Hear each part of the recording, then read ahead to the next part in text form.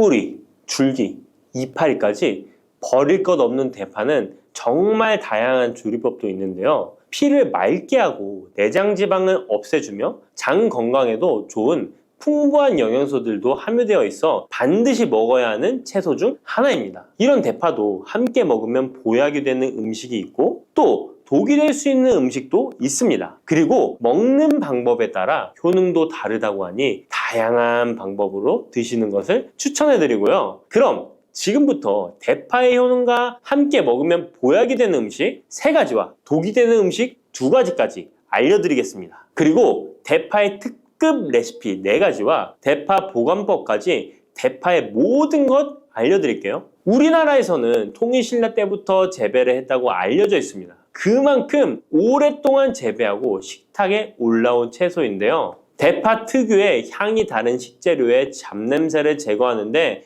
탁월한 효과가 있어서 생선이나 고기류의 냄새를 제거하는 향신료로도 많이 사용되고 있죠. 뿐만 아니라 물에 넣고 끓이게 되면 감칠맛이 좋아져서 다양한 육수와 채소를 만드는 데에도 빠지지 않고 들어가는 재료이기도 합니다. 이런 대파의 첫 번째 효능이 바로 내장 지방을 싹 빼준다는 것입니다. 대파에는 특유의 향과 알싸한 매운맛을 나게 하는 성분이 있는데요. 이 성분이 바로 황화알릴이라는 성분입니다. 이 황화알릴은 대파에 열을 가해 굽게 되면 프로필메르캅탄이라는 성분과 아조엔이라는 성분으로 변하게 되는데요. 대파를 구울 때 매운맛을 내는 성분은 휘발이 되어 없어지고 단맛이 나는 성분이 생성되는데 그 성분이 바로 프로밀메르캅탄입니다. 이 프로밀메르캅탄의 단맛 강도가 설탕 단맛의 강도보다 무려 50배나 강해서 대파의 단맛이 좋아지는 건데요. 정말 놀랍지 않나요? 근데 단맛 하면 당뇨가 있는 분들은 혈당이 많이 오를까봐 걱정되시잖아요. 이 성분은 설탕과는 달리 혈당을 오르게 하지 않아서 당뇨가 있는 분들도 전혀 부담 없이 드실 수 있는 단맛입니다. 또 열을 가하면 아조엔이라는 성분이 만들어진다고 했잖아요. 바로 이 성분이 우리 몸을 회복시키는 효능이 있는데요. 어떻게 우리 몸을 회복시킬까요? 그것은 바로 혈관을 깨끗하게 해주기 때문입니다. 아조엔의 별명이 바로 혈관 청소부인데요. 혈관에 나쁜 콜레스테롤을 제거하고 혈액이 뭉치는 혈전 생성을 방지해줍니다. 혈관도 확장해줘서 혈액순환을 원활하게 해주는 역할도 해준답니다. 이런 효능으로 신진대사를 원활하게 해주고 동맥경화, 고지혈증, 고혈압 등의 심혈관 질환을 예방하는 데에도 도움을 줄 수 있습니다. 뿐만 아니라 내장지방을 분해해 몸 밖으로 배출시켜주는 효능이 있어서 건강뿐만 아니라 다이어트에까지 도움을 주는데요. 최근에는 다이어트 식품으로도 많이 활용되고 있습니다. 그리고 대파의 녹색 부분에는 베타카로틴이 풍부한데요. 이 성분이 바로 강력한 항산화 물질입니다. 이 베타카로틴은 우리 몸속의 활성산소를 제거하여 노화를 방지해주고 피부의 탄력을 유지하여 주름을 예방하는 효과도 탁월하여 피부 미용에도 좋은 영양소입니다. 그리고 면역세포의 기능을 강화해주어 감기나 독감 등의 질병을 예방하고 알레르기 반응을 억제해주는 효과도 있습니다. 또한 베타카로틴은 눈의 피로도 해소해주는데요. 시력을 보호하고 야맹증과 안구건조증을 예방하는 데에도 도움을 줄 수 있습니다. 대파의 베타카로틴은 구울 때 2.5배나 증가한다고 하는데요. 이런 대파의 효능을 극대화해 먹을 수 있는 방법이 있습니다. 대파의 특급 레시피 소개해드리겠습니다. 우선 대파를 깨끗하게 씻어주시고요. 5cm 정도로 잘라주십니다. 대파를 반으로 갈라주셔도 되고 그냥 사용하셔도 됩니다. 기름을 두르지 않은 팬에다가 대파를 올려서 구워주시는데 앞뒤로 골고루 약간 탄 것 같이 잘 구워줍니다. 이제 장을 만들어 줄 건데요. 물을 2컵 넣어주시고요. 간장을 반컵 넣어줍니다.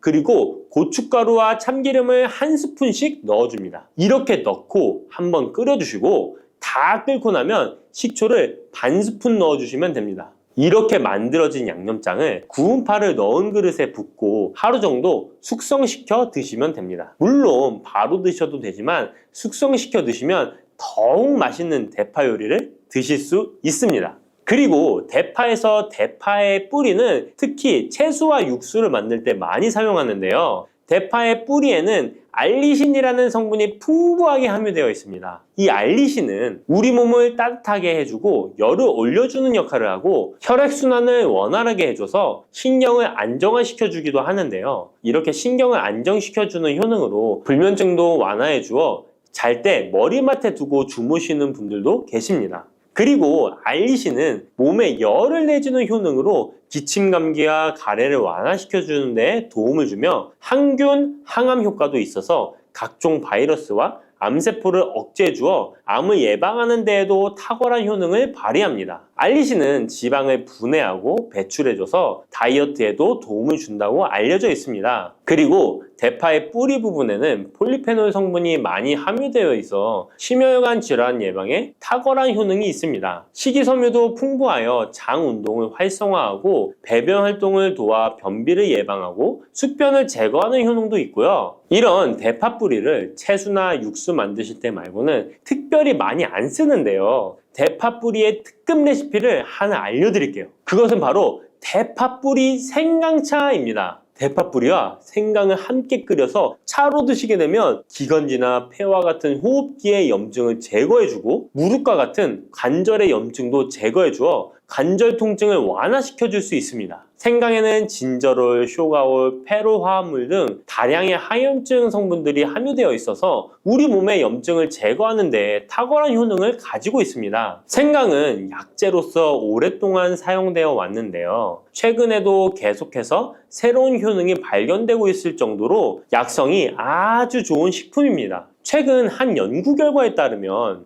생강에는 소염 진통제로 많이 사용되는 이부프로펜과 비슷한 항염증 효과가 있고 류마티스 관절염을 완화시키는 데에도 효과가 있는 것으로 밝혀졌습니다. 그럼 지금부터 대파 뿌리 생강차 만드는 방법을 알려드리겠습니다. 먼저 생강을 물에 넣고 끓여주시고요. 처음에는 강불로 해주시고 끓기 시작하면 중불로 줄여서 20분 정도 더 끓여줍니다. 그 후에 대파 뿌리도 넣고 3분 정도 더 끓여주시면 됩니다. 이렇게 끓인 물에서 생강과 대파 뿌리는 건져주시고 따뜻할 때 드시거나 냉장고에 넣고 시원하게 드셔도 됩니다. 이렇게 대파 뿌리와 생강을 함께 끓여 차로 드시면 효과를 극대화할 수 있는데요. 다만 평소에 소화가 잘 안 되시고 위가 약하신 분들은 이렇게 끓인 대파뿌리 생강차에 물을 섞어서 연하게 드시는 것을 추천해 드립니다. 이렇게 해서 하루에 한 번, 두 번 꾸준히 드신다면 감기 걱정도 없고 염증을 완화시켜 관절염으로 인한 통증도 줄일 수가 있을 거예요. 그리고 대파와 함께 드시면 보약이 되는 식품에는 무도 있습니다. 무를 말려서 무말랭이로 드시면 무의 좋은 성분들을 농축하여 드실 수 있다고 하는데요. 간단하게 다시 한번 알려드리자면 무를 드시면 기침과 가래를 멈추게 해주는 효능이 있고 소화를 잘 되게 해주며 혈관을 깨끗하게 해줘서 심혈관 질환에도 도움을 줄 수 있습니다. 또한 칼슘의 함량이 높아서 골다공증을 예방하고 뼈를 튼튼하게 만들어주죠. 그리고 해독작용도 뛰어나고 혈당을 조절해줘서 당뇨를 예방하는 데에도 도움을 줄 수 있습니다. 이렇게 좋은 물을 대파와 함께 드시면 그 효능이 극대화될 수 있는데요. 특히 혈액을 깨끗하게 해줘서 심혈관 질환을 예방하며 당뇨 또한 예방해 줄 수 있을 뿐만 아니라 당뇨 합병증을 완화시켜 주는 데에도 탁월한 도움을 받을 수 있습니다. 대파를 넣은 무말랭이 무침을 만들어 드시면 오독오독한 무말랭이 식감도 좋고 입맛도 돌게 하는 반찬으로도 정말 좋으니까 꼭 대파 무말랭이 무침도 만들어서 드셔보시길 바랍니다. 대파와 함께 드시면 보약이 되는 음식 세 번째는 바로 두부입니다. 이 대파와 두부가 만나면 우리 몸에 에너지를 공급하여 활력이 넘치도록 도와줍니다. 그 이유는 바로 대파의 알리신 성분과 두부의 비타민 B1이 만나면 알리티아민으로 전환이 되는데요. 이 알리티아민이 비타민의 체내 흡수율을 높여주고 신진대사를 촉진해서 우리 몸의 피로를 회복하고 에너지를 불어넣어 주기 때문입니다. 그럼 여기서 대파 두부 조림 맛있게 만들어 드시는 특급 레시피 알려드릴게요. 먼저 잘 씻은 대파를 어슷썰기로 썰어 주시고요. 두부는 정사각형으로 깍둑 썰기를 해줍니다. 먼저 두부를 기름을 두른 팬에 구워주시고요. 노릇노릇해지면 썰어놓은 대파를 넣어줍니다. 간장을 2스푼 넣어주시고요. 고소한 참깨도 뿌려서 잘 익혀주시면 대파 두부조림 완성입니다. 정말 맛있겠죠? 이렇게 만든 대파 두부 조림을 드시고 활력 넘치는 하루를 보내실 수 있을 거예요. 대파와 함께 드시면 보약이 되는 음식 네 번째 알려드릴게요.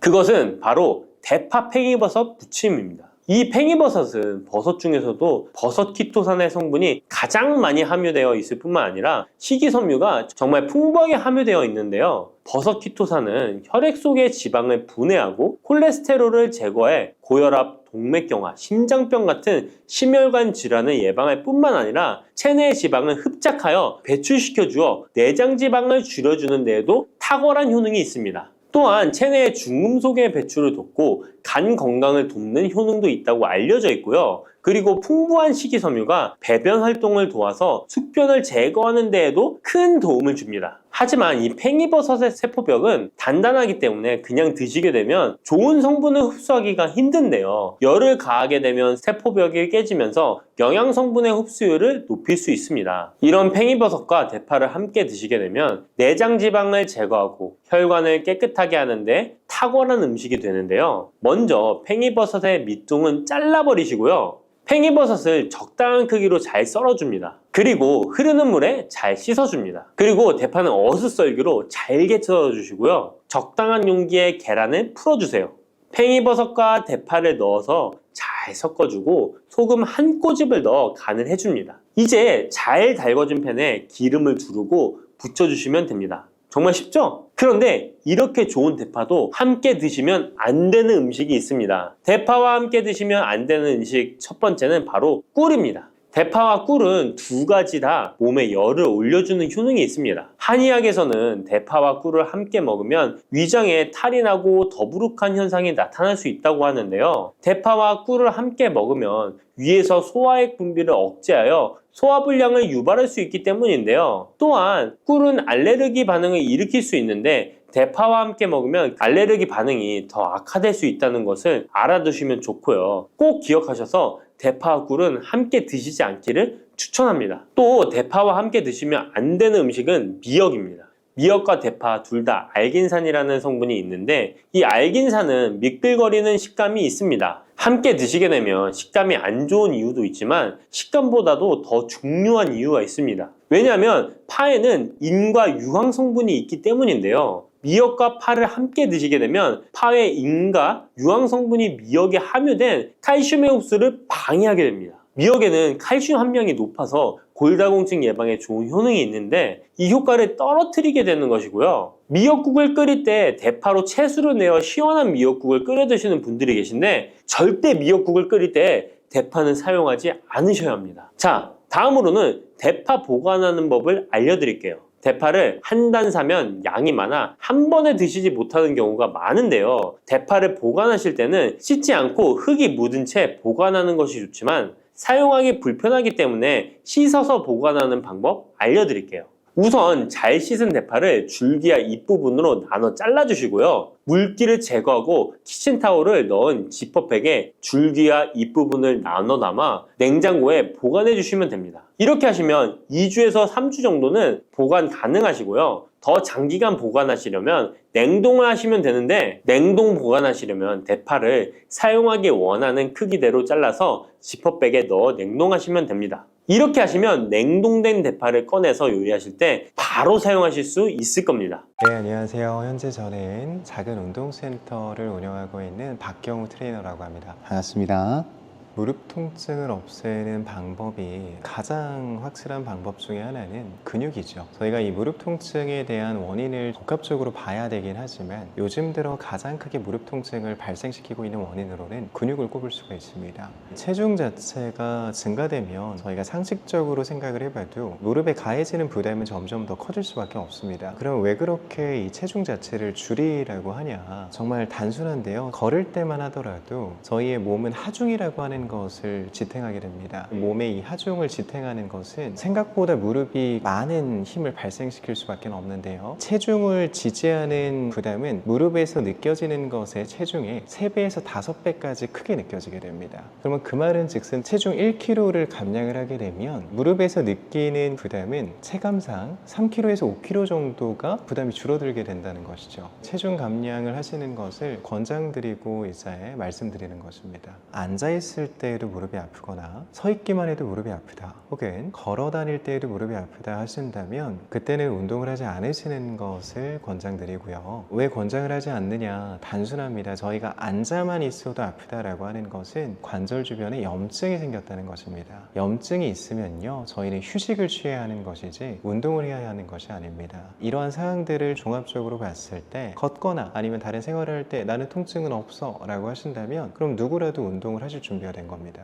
바닥에 앉는 생활이 저희에게는 익숙할 수 있는데요, 바닥에서 앉아서 진행하는 모든 자세는 무릎에 다 안 좋은 영향을 끼치게 되고요, 쪼그려 앉는 자세도 마찬가지고요, 무릎을 대고 앉는 자세도 마찬가지입니다. 이런 모든 자세는 다 피해 주시는 것이 좋고요, 일상생활을 진행하실 때 기능적인 신발보다는 겉으로 봤을 때 멋지거나 예쁜 신발을 선택하는 경우가 많이 있습니다. 구두라든지 힐이 있겠죠. 그런 신발의 종류를 선택하는 것도 관절에 부담을 주니 쿠션감이 있는 것을 선택을 해주시는 것이 좋습니다. 무릎에 대한 통증을 만성적으로 생각을 하게 되는데요, 만성적으로 생각하는 이유는 악순환 때문입니다. 무릎이 약한 상태에서 잘못된 운동 방법이거나 조금 높은 강도의 운동을 하게 됐을 때 무릎에 통증을 호소하시거든요. 단순히 운동이라고 하는 행위 자체가 그 사람에게 부담이 된다기보다는 그 당시에 진행했던 운동의 강도가 너무 높거나 잠시 무릎에 염증이 생긴 상태였는데 그걸 인지하지 못하고 운동을 해서인 경우일 가능성이 높습니다. 그렇게 한번 통증이 생기시게 되면 또다시 운동을 피하게 되고, 그러면 근육은 점점 더 감소하게 되고요, 그러면 통증은 더 심해지겠죠. 그 악순환이 반복이 되어지다 보니까 무릎에 대한 통증을 만성이라고 생각하실 수 있는데요, 이유가 없는 만성은 없습니다. 그 이유를 좀 해결을 하다 보면 만성적인 통증도 좋아질 수 있다는 것이죠. 가장 큰 이유로는 보통 근육으로 좀 봅니다. 무릎 주변부의 근육을 키우게 되면 무릎 통증이 줄어들 수 있습니다. 아까 말씀드린 것처럼 이러한 근육 자체는요, 무릎이 해야 되는 일을 대신해 주게 됩니다. 그 말은 즉슨 걷거나 점프를 하거나 모든 행동을 취할 때 자연스럽게 이 근육 자체가 충격을 흡수해 주게 되는데요, 이 스프링과 같은 존재로 이 근육 자체가 충격을 흡수해 주기 때문에 무릎에 가해지는 부담이 줄어들게 되는 것이죠. 그로 인해 통증 또한 점차 줄어들 수 있는 것입니다. 스쿼트라고 하는 운동이 있는데요, 스쿼트라고 하는 운동을 일반적으로 하게 되면 난이도가 너무 높습니다. 중장년분들을 위해서 스쿼트 동작을 바꿔서 해볼 수가 있는데요, 이런 의자를 이용하는 방법이 좋은 방법입니다. 의자를 두고 거기 앞에 서서 의자에 앉았다가 일어나는 방식인 것이죠. 식탁이나 책상에 의자가 있으시다면 의자를 활용하셔서 몸 뒤에다가 의자를 배치해 주시고요, 다리는 어깨 넓이만큼만 벌려주신 채로 씁니다. 손은 앞쪽으로 쭉 뻗어 주시고요, 손을 뻗는 이유는 척추 자체를 곧게 펴기 위함입니다. 척추가 세워지는 것을 도와주는 역할을 하니 어깨가 좀 아프시더라도 들고 계시는 것이 좋습니다. 자, 이 상태를 만들어 주시고 천천히 엉덩이를 의자에 댔다가 일어나 주시기만 하면 됩니다. 다시 한번 천천히 의자에 엉덩이를 댔다가 일어나 주시기만 하면 됩니다. 보시면 아시겠지만 속도는 좀 천천히 가져가 주셔야 됩니다. 속도가 빨라지게 되면 근육이 늘어날 시간도 줄어들 시간도 없는 것이니 관절을 쓰게 됩니다. 속도를 좀 천천히 조절하셔서 관절이 아닌 근육을 쓰도록 유도를 해야 됩니다. 무릎 관절을 강화를 시키는 데 있어서는 허벅지 뒤쪽과 엉덩이 쪽에 많은 힘이 요하게 되는데요, 허벅지 뒤쪽과 엉덩이 근육이 강해지면 강해질수록 무릎에 가해지는 통증 또한 줄어들 수가 있습니다. 허벅지 뒤쪽과 엉덩이를 강화시켜 줄 수 있는 간단한 동작으로는 엉덩이를 들어 올리는 힙 브릿지라고 하는 동작이 있습니다. 이 동작은 이제 매트를 사용하거나 아니면 그냥 바닥에 누워서 진행해 주시면 되는데요, 이 동작도 한번 보여드리겠습니다. 아파서 오신 분들 같은 경우에는 애초에 이렇게 하중을 지지해야 하는 이러한 운동들이 난이도가 꽤나 높게 작용이 됩니다. 그렇기 때문에 저희가 일단 첫 번째로는 근육 자체를 인지하는 시간을 갖는 것이 가장 중요한데요, 단순하게 의자에 앉아서 다리를 피게 되면 허벅지 앞쪽 근육에는 힘이 들어와야 하는데요, 다리를 폈는데 앞쪽 근육에 힘이 들어와 있지 않는다면 제가 알려드리는 지금 이 운동 동작 하시면 안 됩니다. 보통 그런 경우에는 제가 말씀드린 것처럼 운동을 할 수 있는 상태인지를 체크를 해보셔야 되는데요, 결국에는 이런 운동 동작들이 도움이 되기 위해선 근육이 좀 쓰여져야 됩니다. 그 근육을 쓸 수 있는 상태인지를 먼저 확인을 해봐야 하잖아요. 그 근육을 쓸 수 있는 상태를 확인하는 것은 의외로 간단합니다. 의자에 앉으셔서 다리 자체를 먼저 한번 쭉 펴보십시오.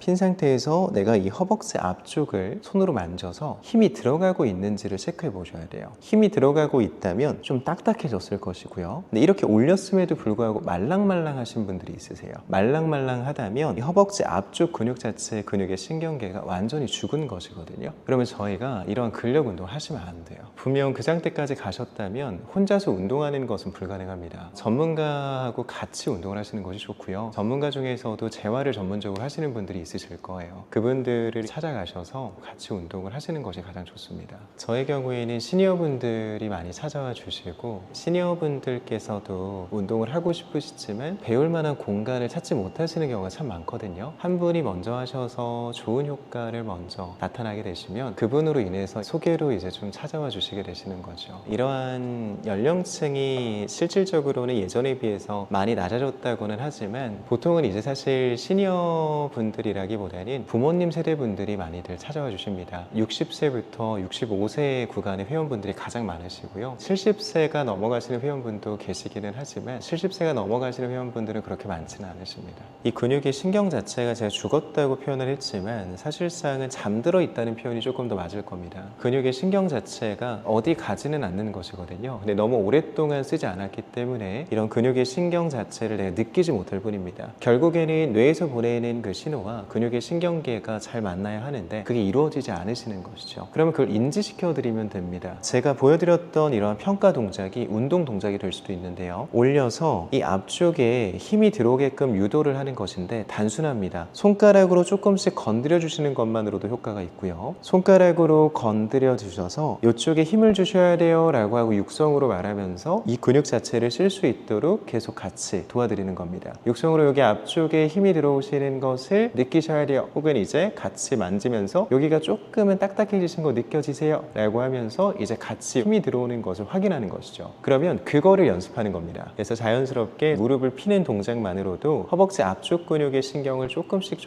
깨우고요. 앞쪽의 신경이 깨어난 이후부터 근육을 쓰고 있다는 것을 인지를 하고 난 이후부터 운동이 시작이 되어야 됩니다. 저희는 이제 남이래역이라고 하는 역에 위치가 되어져 있고요. 남이래라고 하면 많이들 생소하실 수 있으나 남이래역 8번 출구 나오시면 저희를 맞이해 보실 수 있습니다. 연락을 주신다면 언제든지 상담이 가능한데요. 저희가 너무나 죄송하게도 현재 모든 예약이 다 마감이 됐어요. 더 이상 이제 받기는 조금은 어려울 것 같고요. 만약에 이제 연락을 주신다면 대기 인원만 조금은 저희가 등록을 해드리고 있습니다. 기다리셔도 괜찮다면 상담 요청을 주셔도 되시고요. 오시게 되면 저희가 고정적인 수업 타임을 잡아드리기가 좀 어렵지만 오시는 분들에 한해서는 다 무료로 체험을 도와드리고 있어요. 이런 운동을 배우러 갔을 때 아셔야 하는 것이 당일에 등록을 권장드리지 않습니다. 이 운동이라고 하는 것은 특히나 재활에 대한 영역, 건강에 대한 부분을 좀 염려해서 운동을 하러 오셨다면 못해도 3개월이라고 하는 시간을 같이 보내게 되거든요. 그럼 이 3개월이라고 하는 이 시간 자체가 결코 짧은 시간이 아닙니다. 내가 이 하루 만에 이러한 결정을 내린다라고 하는 것은 좀 섣부를 수 있고요. 내가 어떻게 하면 나에게 맞는 그런 센터를 고를 수가 있냐 이렇게 볼 수가 있는데 저희가 해드리는 것처럼 체험을 받아보시면 됩니다. 한 곳만 받지 마시고요. 못해도 3곳은 받아보세요. 3곳을 받아보시면 나에게 맞는 선생님이 어떤 선생님인지도 좀 아실 수 있으실 거고요. 내가 좀 에너지가 넘치는 수업이 필요한 사람일 수도 있고요. 아니면 차분하게 설명을 듣는 것이 잘 맞는 사람일 수도 있습니다. 나에게 맞는 선생님을 고르시고 체험 받아보시는 걸 권장드립니다.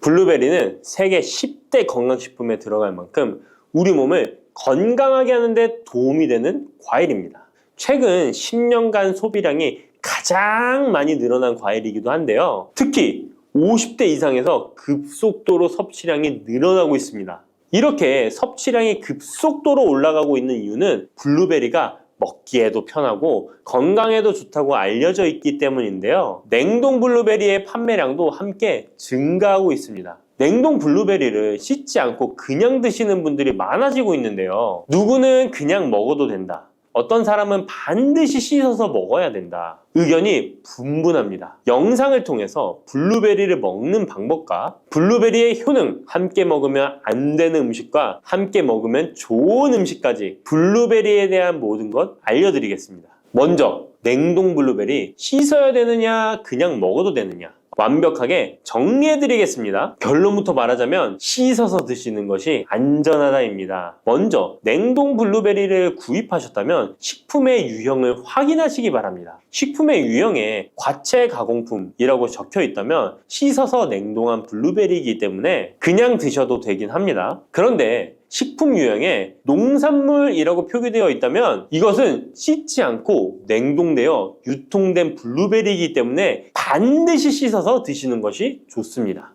그런데 간혹 식품의 유형이 표기되어 있지 않은 제품들도 있는데요. 이런 제품도 씻어서 드시는 게 좋겠죠? 2022년 한국소비자연맹에서 현재 시중에서 판매되고 있는 냉동과일, 블루베리, 망고, 딸기 등의 제품을 선정하여 안정성 평가를 했는데요. 과체 가공품 같은 세척과일 제품에서 미생물, 잔류농약, 곰팡이, 독소 등의 검사에서 규격 기준에는 적합하긴 했지만 미생물과 잔류농약이 검출된 제품들도 있었습니다. 이 자료를 바탕으로 한다면 냉동 블루베리 제품도 이미 씻어서 유통이 되고 있다고 할지라도 한번 씻어서 드시는 것이 좋겠습니다. 블루베리를 씻는 방법은 흐르는 물에 30초 정도만 씻어주면 되는데요. 깨끗이 씻는다고 블루베리를 물에 오래 담가두거나 흐르는 물에서도 오래 씻으면 안 됩니다. 블루베리에 함유된 안토시아닌 성분은 수용성이기 때문에 영양소가 다 빠져나가 버릴 수 있습니다. 잔류농약 또한 수용성이기 때문에 흐르는 물에 30초 정도만 씻어도 충분하니까 걱정하지 말고 드셔도 됩니다. 블루베리는 특별히 생과일보다 냉동 블루베리가 안토시아닌의 함량이 높아집니다. 시드니의 뉴사우스 웨일즈 대학의 연구진이 블루베리를 건조, 냉장, 냉동했을 때 핵심 영양소가 어떻게 변화되는지 실험을 했는데요. 안토시아닌의 함량이 블루베리 1g당 생과일일 때 7.2g이었는데 냉장 보관하여 2주가 지났을 때 5.7mg으로 줄었고 건조했을 때는 4.3mg으로 더욱 줄었습니다. 그런데 냉동 한 달 후에는 8.1mg으로 생과일 때보다 늘어났고 냉동 3달이 지나자 7.9mg으로 소폭 줄었지만 역시 생과일 때보다는 많은 함량이 확인되었습니다. 실험 결과만으로만 보면 블루베리는 냉동으로 드시는 것이 가장 많은 영양 성분을 섭취할 수 있다는 말이 되겠네요. 추가로 눈 건강이나 심혈관 질환, 당뇨 등에 도움이 많이 되는 이 안토시아닌 함량이 개런티된 영양제도 많이 나와 있으니 꼭 블루베리, 빌베리와 같은 영양제를 드시려면 건강기능식품으로 제조된 안토시아닌 함량이 최소 50mg 들어있는 제품을 드시면 좋겠죠? 그렇다면 다른 채소나 과일은 냉동했을 때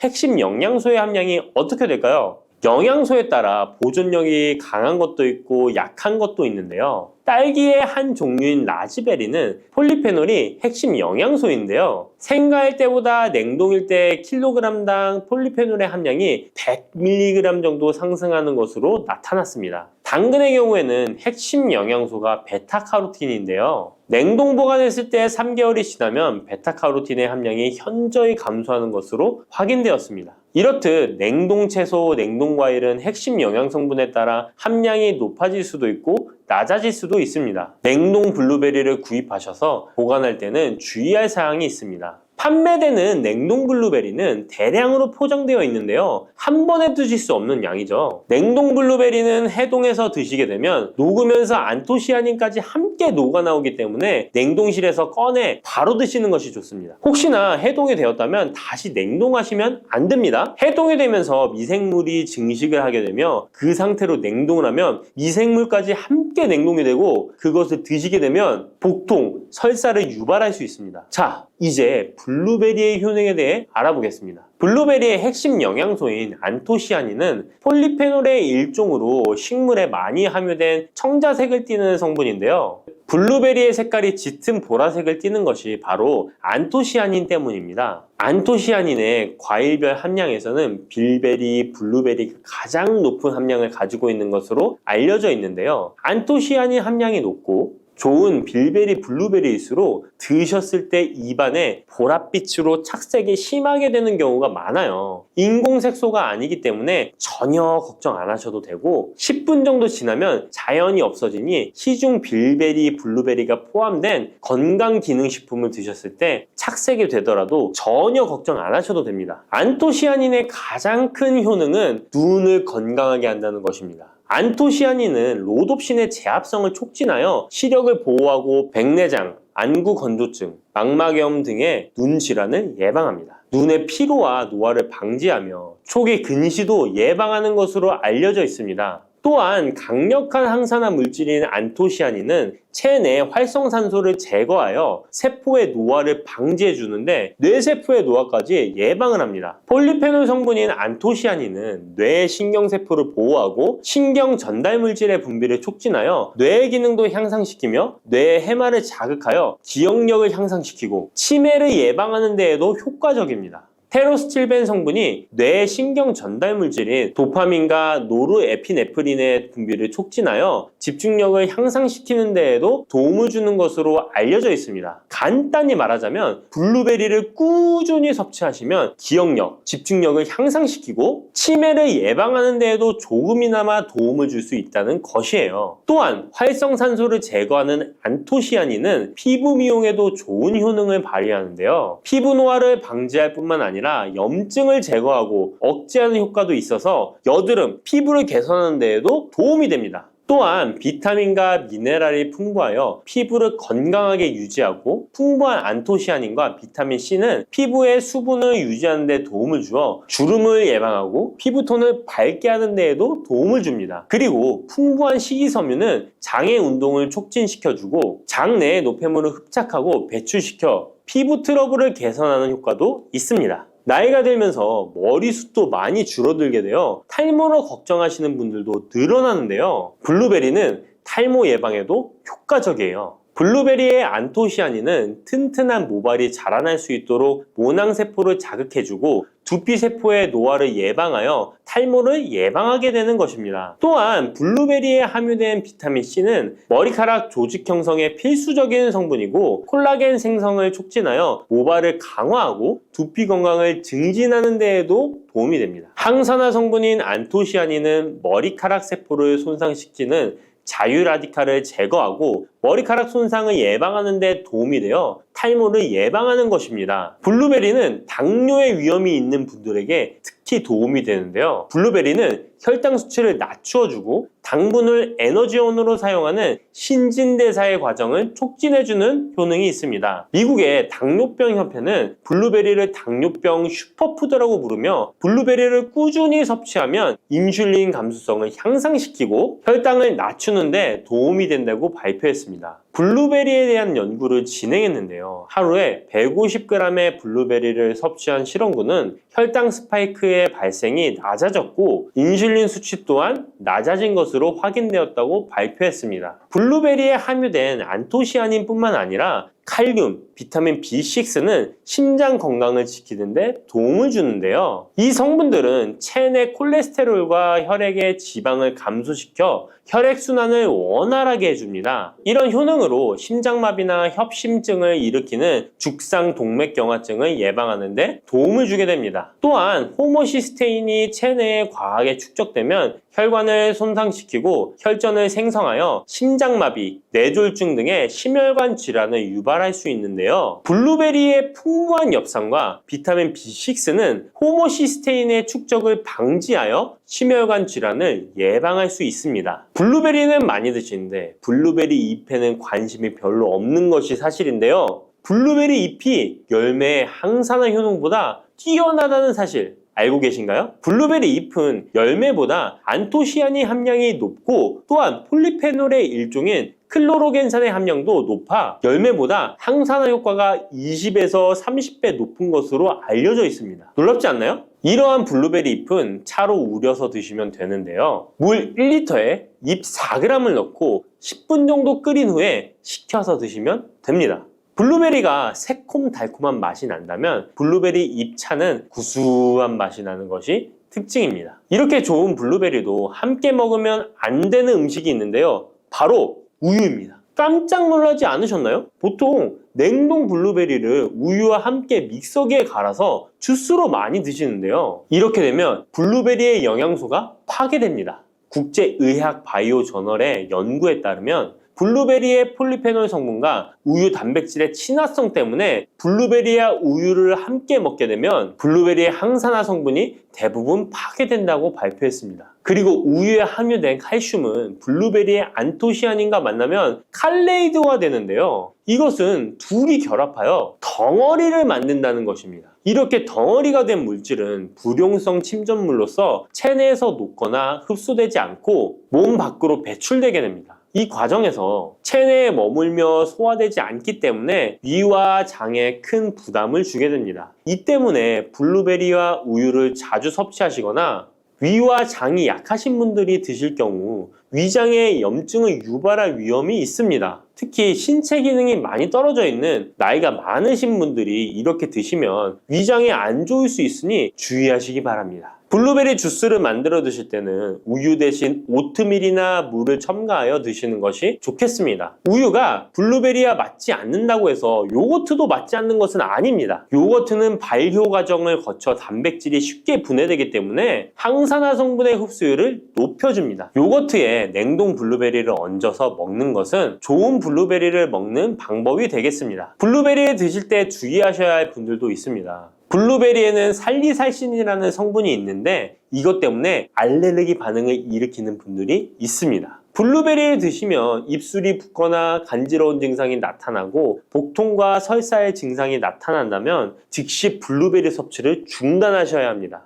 그리고 블루베리에는 혈액을 묽게 만드는 비타민 K가 풍부하게 함유되어 있는데요. 심장질환이나 뇌혈관 질환 등으로 이미 아스피린과 같은 혈전 용해제를 복용하고 계신 분들이 블루베리를 과잉 섭취하게 되면 문제가 발생할 수 있으니 섭취를 주의하셔야 합니다. 또한 사람에 따라서 블루베리가 일시적으로 혈당을 낮추는 효과가 있기 때문에 당뇨가 있는 분들이 블루베리를 과잉 섭취할 경우에 저혈당 증세도 나타날 수 있습니다. 어떤 음식이든 각자 자신의 체질에 맞게 드시는 게 가장 좋겠습니다. 달콤하면서도 신맛이 나고 약간은 쓴맛과 짠맛까지 느껴지는 아주 신비로운 열매 무엇인지 아시나요? 아시는 분들은 많으시죠? 바로 오미자입니다.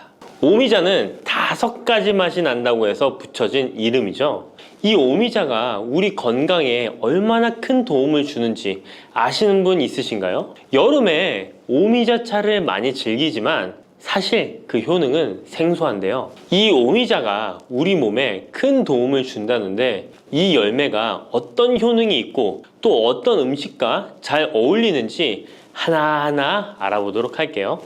오미자는 우리나라뿐만 아니라 중국과 일본에서도 오랫동안 약재로 사용되어 온 열매인데요.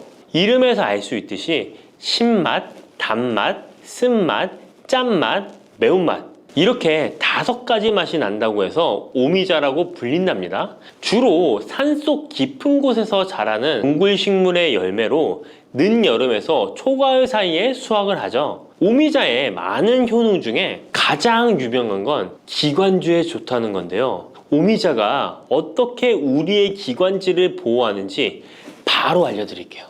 요즘 미세먼지나 환절기, 건조한 날씨 때문에 기관지가 불편한 분들 많으시죠? 기침이 자주 나고 목이 따갑거나 가래가 끓는 느낌이 드신다면 기관지가 약해져 있을 가능성이 큰데요. 이럴 때 오미자가 효과가 좋다는 거 알고 있으신가요? 오미자에는 쉬잔드린과 고미신이라는 성분이 풍부하게 들어있는데요. 쉬잔드린은 주로 기침 억제와 거담 작용을 통해 기관지 건강에 도움을 줄 수 있는 성분입니다.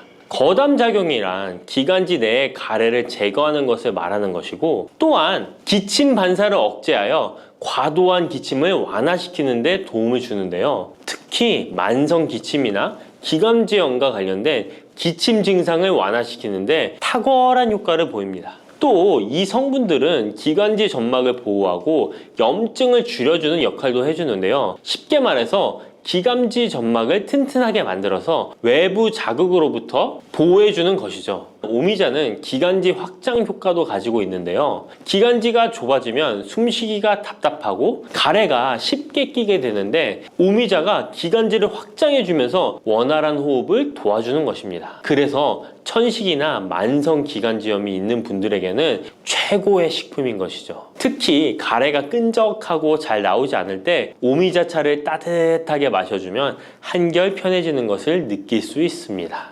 이렇게 기관지 건강을 지켜주는 오미자, 정말 대단하죠? 오미자의 놀라운 효능 두 번째는 당뇨 예방입니다. 현대인들에게 점점 더 흔해지고 있는 질환 중 하나가 바로 당뇨인데요. 당뇨병은 한 번 걸리면 평생 관리해야 하는 질환이기 때문에 예방이 무엇보다 중요한 거 다 아시죠? 그런데 오미자가 당뇨 예방에 아주 좋은 역할을 한다는 사실 알고 계셨나요? 오미자는 혈당을 조절하는데 도움을 주는 식품인데요. 이는 아까 알려드렸던 오미자에 포함된 시잔드린이라는 성분과 항산화 성분 덕분입니다. 이 성분은 인슐린 저항성을 낮춰주고 혈당을 안정적으로 유지하는 데 도움을 주는데요. 쉽게 말해 혈당이 갑자기 확 오르는 것을 막아준다는 것이죠. 또한 오미자는 췌장의 기능을 강화하는 데도 효과적인데요. 오미자에는 항산화 물질인 폴리페놀이 풍부하게 함유되어 있다는 거 아셨나요? 항산화 물질은 췌장을 포함한 신체 조직을 산화 스트레스로부터 보호하고 췌장의 건강을 유지하는 도움을 주는데요. 췌장은 우리 몸에서 인슐린을 생성하는 중요한 기관인데 오미자가 췌장의 기능을 활성화시켜서 인슐린 분비를 촉진하는데 도움을 주기 때문에 혈당 조절이 어려운 분들에게는 오미자가 특히 도움이 될 수 있겠죠. 뿐만 아니라 오미자에는 체내에서 혈당이 과도하게 상승하는 것을 방지하는 역할도 하는데요. 식사 후 혈당이 급격하게 오르는 것을 막아주고 당이 천천히 흡수되도록 도와줍니다. 그래서 평소 혈당이 높거나 당뇨가 걱정되시는 분들은 오미자를 꾸준히 섭취해 보시면 많은 도움이 될 수 있습니다. 오미자의 놀라운 건강 효과 세 번째는 콩팥 건강에 도움을 주는 겁니다. 오미자가 신장 건강에 좋다니 참 놀랐죠? 콩팥, 즉 신장은 우리 몸에 노폐물을 걸러내고 체내 수분을 조절하는 중요한 역할을 하는데요. 그런데 나이가 들면서 신장 기능이 약해지는 경우가 많고 특히 당뇨나 고혈압을 앓고 계신 분들은 신장 건강을 더욱 신경 써야 하는 거 다 아시죠? 이때 도움을 줄 수 있는 것이 바로 오미자인데요. 오미자는 신장의 기능을 보호하고 강화하는데 도움을 주는 약재로 오래전부터 사용되어 왔습니다. 한방에서도 신장 기능이 약해져서 몸이 자주 붓거나 소변을 자주 보게 되는 증상에 오미자를 처방하곤 하는데요. 오미자는 신장의 혈액순환을 원활하게 하고 신장이 제 기능을 할 수 있도록 도와줍니다. 오미자에는 고미신이라는 성분이 들어있는데요. 오미자의 고미신 A, B, N 성분은 항염 효과가 뛰어나 신장의 염증 반응을 줄이는 데 도움이 됩니다.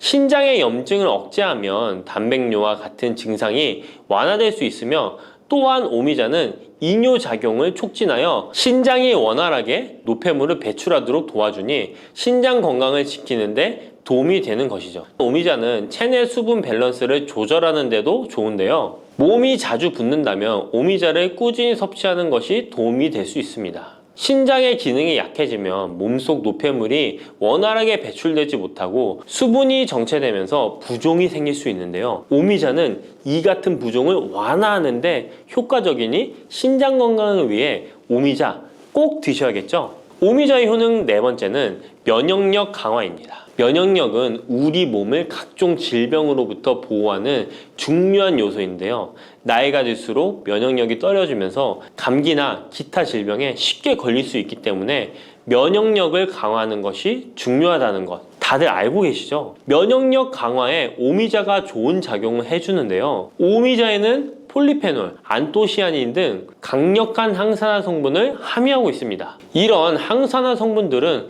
우리 몸의 면역력을 높이는 데 도움을 주는 것이죠. 특히 폴리페놀과 폴라보노이드 성분이 풍부해서 우리 몸의 세포를 손상으로부터 보호하고 염증 반응을 감소시키고 면역 체계를 강화할 수 있는데요. 오미자의 항염증 작용은 면역력을 유지하는 데 도움을 주고 활성산소를 제거하는 역할도 하기 때문에 면역력뿐만 아니라 노화 방지에도 효과적이죠. 또한 오미자는 우리 몸의 백혈구 수치를 증가시키는데 도움을 줄 수 있다는 것 아셨나요? 백혈구는 외부에서 침입하는 바이러스나 박테리아를 공격하는 역할을 하는 중요한 세포인데 오미자를 섭취하면 백혈구의 활동이 활발해지면서 감염 예방에 도움을 받을 수 있습니다. 오미자의 놀라운 건강 효과 5번째는 피로 회복입니다. 우리 몸이 피곤할 때 단순히 잠을 많이 잔다고 해서 피로가 쉽게 풀리지 않을 때가 있지 않으신가요? 특히 중년과 노년층이 되면 피로가 쉽게 쌓이고 회복이 더뎌지는 경우가 많은데요. 자도 피로가 풀리지 않고 개운하지 않을 때가 있죠. 이럴 때 도움이 되는 것이 바로 오미자입니다. 오미자는 피로 회복에 도움을 주는데요. 오미자가 철분을 함유하고 있다는 것 아셨나요? 철분은 적혈구의 헤모글로빈 생성에 중요한 역할을 하는데요. 철분이 충분하면 혈액 내의 산소 운반 능력이 향상되어 혈액순환이 원활해질 수 있습니다. 혈액순환이 원활해지면 우리 몸 구석구석에 산소와 영양분이 잘 전달이 되기 때문에 피로가 덜 쌓이게 되고, 특히 오미자는 간 기능을 보호하는 효과도 있어 피로로 인해 몸이 무거운 분들에게 더욱 유익한 식품이죠. 또 오미자에는 고미신이라는 성분이 들어있는데요. 이 성분들은 아까 알려드렸던 콩팥 건강에 유익한 작용을 할 뿐만 아니라 간 기능 활성화를 시키고 피로 물질을 빠르게 분해하는 역할을 한다고 알려져 있습니다. 간은 우리 몸의 해독 작용을 담당하는 중요한 기관인데, 오미자가 간의 기능을 도와주면서 피로 회복에도 큰 도움을 주는 것입니다. 또 오미자는 스트레스를 줄여주는 효과도 있는데요. 스트레스가 많으면 피로가 쉽게 쌓이게 되는데, 오미자가 신경을 안정시키는 작용을 해서 긴장을 풀어주고 피로를 완화하는 작용을 해주는 것이죠. 그러니 스트레스와 피로가 누적되어 힘든 날에는 오미자차 한 잔을 마시는 것도 좋은 방법이겠죠. 이렇게 여러 가지 건강에 이점이 있는 오미자를 드실 때 생으로 드시는 분들은 잘 없으실 텐데요. 어떤 방법으로 섭취해야 몸에 200% 이득이 되는지 오미자 섭취 방법 바로 알려드릴게요. 오미자를 가장 쉽게 섭취하는 방법은 찬물에 우려 마시는 건데요. 오미자를 뜨거운 물에 넣고 끓이면 끓일수록 꿀이나 스테비아를 넣어서 맛을 조절하면 됩니다. 따뜻한 오미자차도 좋지만 냉침으로 천천히 우려내면 색도 더욱 예쁘고 맛도 깔끔한데요. 여름철에는 시원하게 즐길 수 있어서 더욱 좋은 오미자차, 여름철에는 시원하게 즐길 수 있어서 더욱 좋은 오미자 냉침차 만드는 방법 알려드릴게요. 준비 재료는 간단한데요. 말린 오미자 30g, 물 500ml, 꿀 또는 레몬입니다. 만드는 방법은 말린 오미자는 한번 가볍게 헹군 거 불순물을 제거해 준 뒤에 깨끗한 물 500ml에 오미자를 넣고 냉장고에 12시간 이상 우려주는 건데요. 참 쉽죠? 시간이 지나면 붉은 빛을 띠면서 오미자 특유의 새콤달콤한 맛이 우러나오는데요. 원하는 농도에 따라 더 오래 우려내도 좋습니다. 여기에 단맛이 필요하면 꿀을 넣고 상큼한 맛을 더하고 싶다면 레몬을 띄워보세요. 맛이 한층 더 업그레이드 된답니다. 이렇게 만든 오미자 냉침차는 여름철에 얼음을 넣어 마시면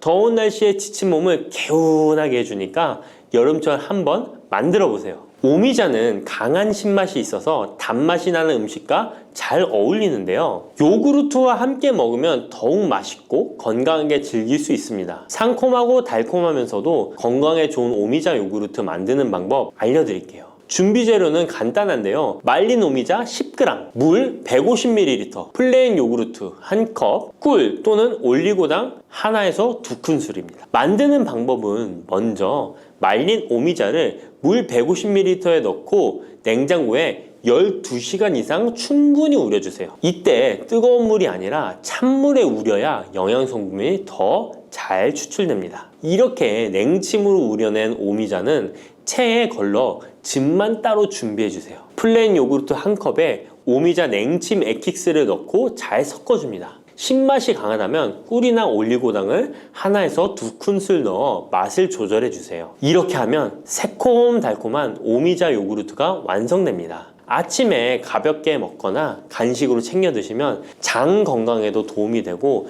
피로 회복에도 좋으니 꼭 해 드셔보세요. 세 번째로 소개해 드릴 것은 오미자청인데요. 오미자청은 오랫동안 보관할 수 있어서 언제든지 쉽게 차로 만들어 마실 수 있습니다. 또한 청을 이용해서 다양한 음식에도 활용이 가능한데요. 오미자청 만드는 방법도 알려드릴게요. 준비 재료는 말린 오미자차 400g 혹은 냉 오미자 500g, 설탕 또는 비정제 설탕 500g 또는 꿀 400g, 유리병입니다. 만드는 방법은 말린 오미자일 경우 오미자를 깨끗이 씻은 후에 물에 30분 정도 불려준 뒤 체에 받쳐 물기를 제거한 후에 유리병에 오미자를 담아주세요. 생 오미자는 잘 세척 후 바로 유리병에 담아주세요. 오미자와 설탕 또는 꿀을 넣어 충분히 잘 섞어줍니다. 그 다음 뚜껑을 닫고 상온에서 2에서 3일 정도 숙성시킨 후 냉장고에서 2주 이상 보관하면 오미자청이 완성됩니다. 오미자청은 물에 타서 차로 마셔도 좋고